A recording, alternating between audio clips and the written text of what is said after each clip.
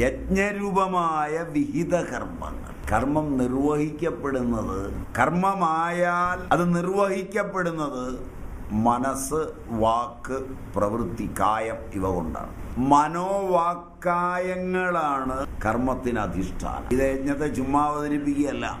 ഇതൊക്കെ നിങ്ങൾ പഠിച്ച ആധുനിക ശാസ്ത്രത്തിൻ്റെ ഏതെങ്കിലും ഒരു ഗ്രന്ഥം അല്പമാത്രമായെങ്കിലും ഈ കാലഘട്ടത്തിലെങ്കിലും അപഗ്രഥിക്കുന്നുണ്ടോ എന്ന് ആദ്യം നോക്കണം. നിങ്ങൾ ഇതുവരെ പഠിച്ചിട്ടുള്ള മതഗ്രന്ഥങ്ങൾ ഏതെങ്കിലും ഇങ്ങനൊരു അപഗ്രഥനം മനുഷ്യനെയും വിഷയങ്ങളെയും ഇന്ദ്രിയങ്ങളെയും മനസ്സിനെയും കർമ്മങ്ങളെയും കർമ്മത്തിൻ്റെ അധിഷ്ഠാനങ്ങളെയും വെച്ച് അപഗ്രഥിച്ച് തീരുമാനിച്ചിട്ടുണ്ടോ എന്ന് നോക്കണം. എന്താ ഇത് തീരുമാനിച്ചുകൊണ്ട് കൂടുതൽ പ്രത്യേകത അതറിയാൻ ഈ വസ്തുതകൾ പഠിച്ചാൽ കർമ്മരംഗത്ത് ആനന്ദമുണ്ടാക്കാൻ കഴിയുമോ എന്ന് നോക്കണം. അതിന് പകരം രാവിലെ എഴുന്നേറ്റ് ഇതിലെ ശ്ലോകവും ചൊല്ലി ഭഗവത്ഗീതയും പിടിച്ച് ഗീതാഖി ജയ് എന്ന് വിളിച്ച് കുറേ പേര് ആയുധം എടുത്ത് നീങ്ങി ബാക്കിയുള്ളവൻ്റെ തലവെട്ടിയ എന്ത് ഗീതയായിരിക്കും ഉണ്ടാകുക? ഗീത പഠിക്കുമ്പോൾ ശരിക്കും ശ്രദ്ധിച്ചു നോക്കുക. നിങ്ങളിതിനെ നിഷേധിച്ച് പഠിച്ചോളൂ, നിങ്ങളിതിനെ സ്വീകരിച്ച് പഠിച്ചോളൂ. രണ്ട് തരത്തിൽ സമീപിച്ചാലും ഇതിൻ്റെ വൈഖരികളെ നിങ്ങൾക്ക് എങ്ങനെ നേരിടാം? അതാ പ്രശസ്തമായ ചോദ്യം.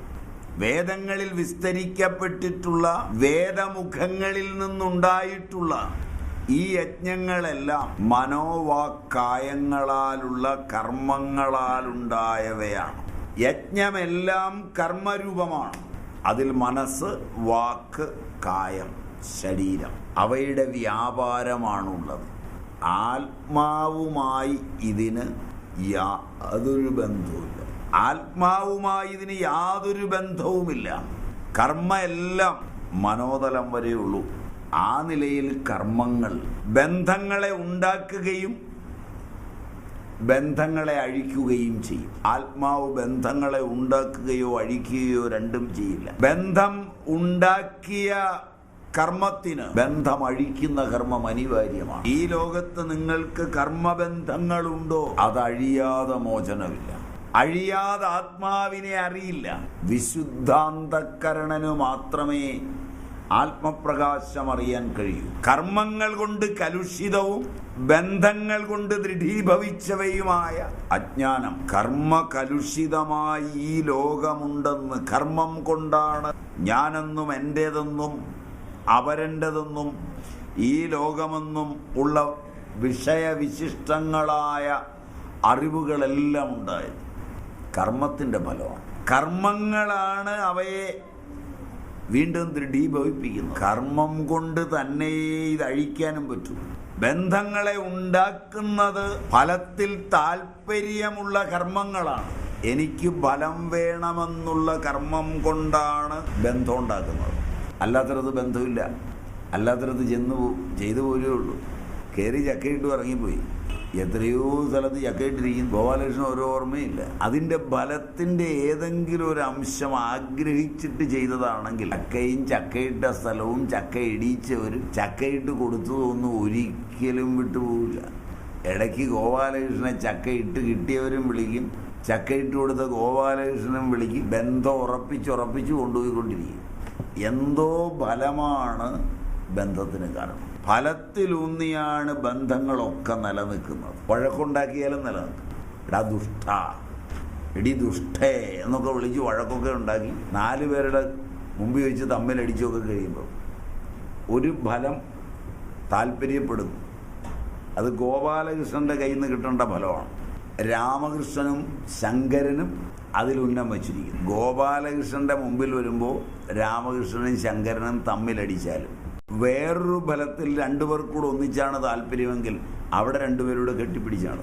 കാണുന്നവൻ അത്ഭുതപ്പെടും. ഇങ്ങനെയാണ് നിങ്ങളെല്ലാം തമ്മിലുള്ള വഴക്കും സ്നേഹവും. അപ്പോൾ എന്തിനാണ് നിങ്ങളുടെ ഈ വഴക്ക്? ഫലേച്ഛയിലാണ്. അല്ലാതെ നിങ്ങൾ എന്തിനിന്ന് വരെ വഴക്കുണ്ട്? നിങ്ങൾ വഴക്കുണ്ടാക്കിയത് മുഴുവൻ ഈ മായാവൃതമായ ഫലേച്ഛയിലാണ്.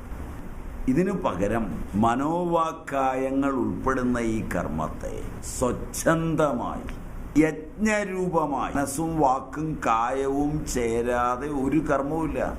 കർമ്മങ്ങളിൽ നിങ്ങൾ അർപ്പിക്കുന്നത് ഈ സാധനങ്ങളാണ്. ഇത് മനോഹരമായി അർപ്പിച്ച് ഫലേച്ഛയില്ലാതെ ചെയ്താൽ അന്ധക്കരണം വിശുദ്ധമാവും. അന്ധക്കരണം വിശുദ്ധമാവുകയുള്ളൂ, ആത്മാവിനെയൊന്നും പെട്ടെന്ന് കിട്ടുകയില്ല. അന്ധക്കരണം വിശുദ്ധമായി കഴിഞ്ഞാൽ ആത്മാവ് വിളങ്ങും. അപ്പോൾ ജഗത്താണ് ഞാനെന്ന ബോധം പോയി, ആത്മാവാണ് ഞാനെന്ന ബോധം വരും. ബന്ധങ്ങൾ അകലും, ഗ്രന്ഥികൾ പൊട്ടും. ഭിദ്യതേ ഹൃദയഗ്രന്ഥി ഛിദ്യന്തേ സർവസംശയ ക്ഷീയന്തേ ചാസ്യ കർമാണി തസ്മിൻ ദൃഷ്ടേ പരാവരേ. ആ പരാവരയെ കാണും. അറിവാണ് ഞാനെന്നറിയും. സച്ചിദാനന്ദ ഘനമായ അനുഭൂതി. ഇതാ മോക്ഷം. ഇത് ജന്മാവകാശമാണ്. ഇത് നേടാൻ ഓടി നടക്കുമൊന്നും വേണ്ട. ഇതാണ് നിങ്ങൾ.